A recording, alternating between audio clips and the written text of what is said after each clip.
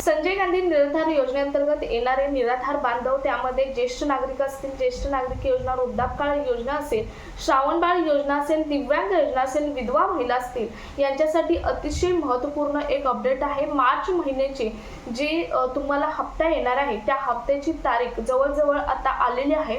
ही तारीख किती नेमकी असणार आहे किंवा ज्यांना मागच्या 2 ते 3 महिन्याचे पैसे आले नाहीत त्यांनी काय करायचं आहे तेच आपण आजच्या व्हिडिओमधून डिटेलमधून पाहणार आहोत। सो व्हिडिओ स्किप न करता शेवटपर्यंत बघायचा। चॅनलवर पहिल्यांदा आला असेल तर अशाच महत्त्वपूर्ण आणि गव्हर्नमेंटच्या नवीन अपडेट्ससाठी चॅनल सबस्क्राइब करा, त्याचबरोबर शेजारील बेल आयकॉन सुद्धा ऑन करून ठेवा, म्हणजे असेच महत्त्वपूर्ण अपडेट तुमच्यापर्यंत रेग्युलर पोहोचत राहतील। तर नमस्कार, मी पूनम आणि तुम्ही पाहत आहात पुन्हा एक नवीन अपडेट।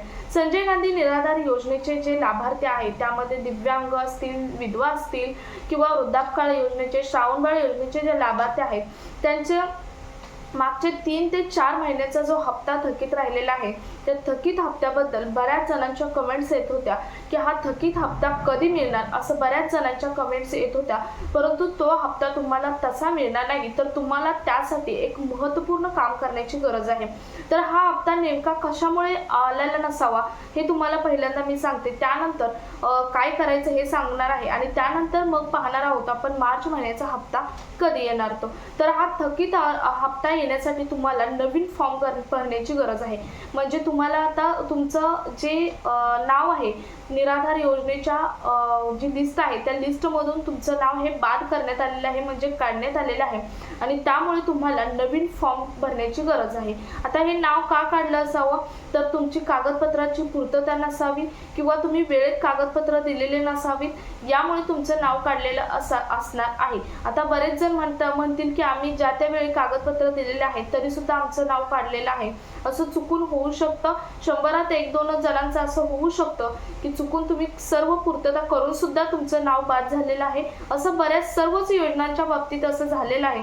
त्यामुळे तुमचं जरी नाव बाद झालं असेल तर तुम्ही पुन्हा हा फॉर्म भरा, तुम्हाला पैसे रेग्युलर आणि जे तुमचे थकीत अनुदान आहे त्याच्या सहित तुम्हाला पैसे मिळणार आहेत।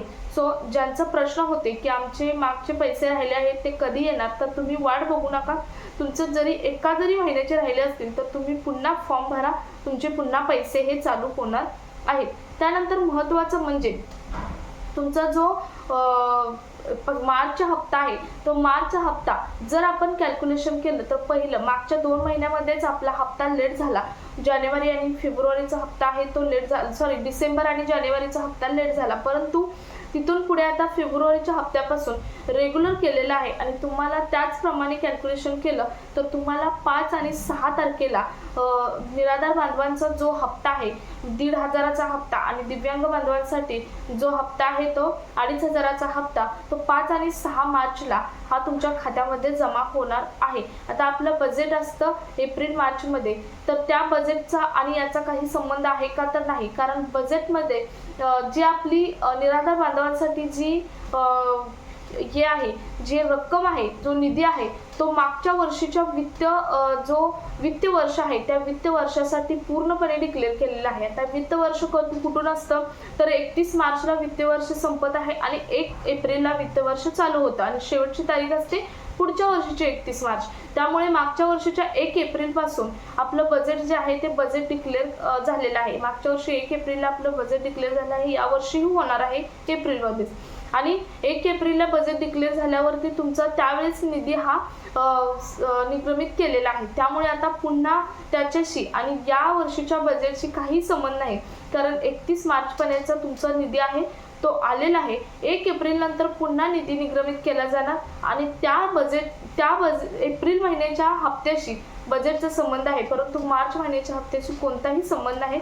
वित्त वर्षातला मार्च महिना हा शेवटचा महिना असतो आणि 31 मार्च हा शेवटची तारीख असते वित्त वर्षाची, म्हणजेच आपलं फायनान्शियल इयरची शेवटची तारीख असते। त्यामुळे तुमचा निधी हा निगमित झालेला आहे।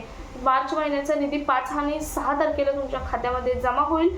ज्यांचं जमा होण्याची म्हणजे थकबाकी राहिली आहे किंवा जमा होण्याचं थांबलं आहे त्यांनी नवीन फॉर्म भरा, तुम्हाला पुन्हा तुमचा रेग्युलर हप्ता हा सुरू होणार आहे।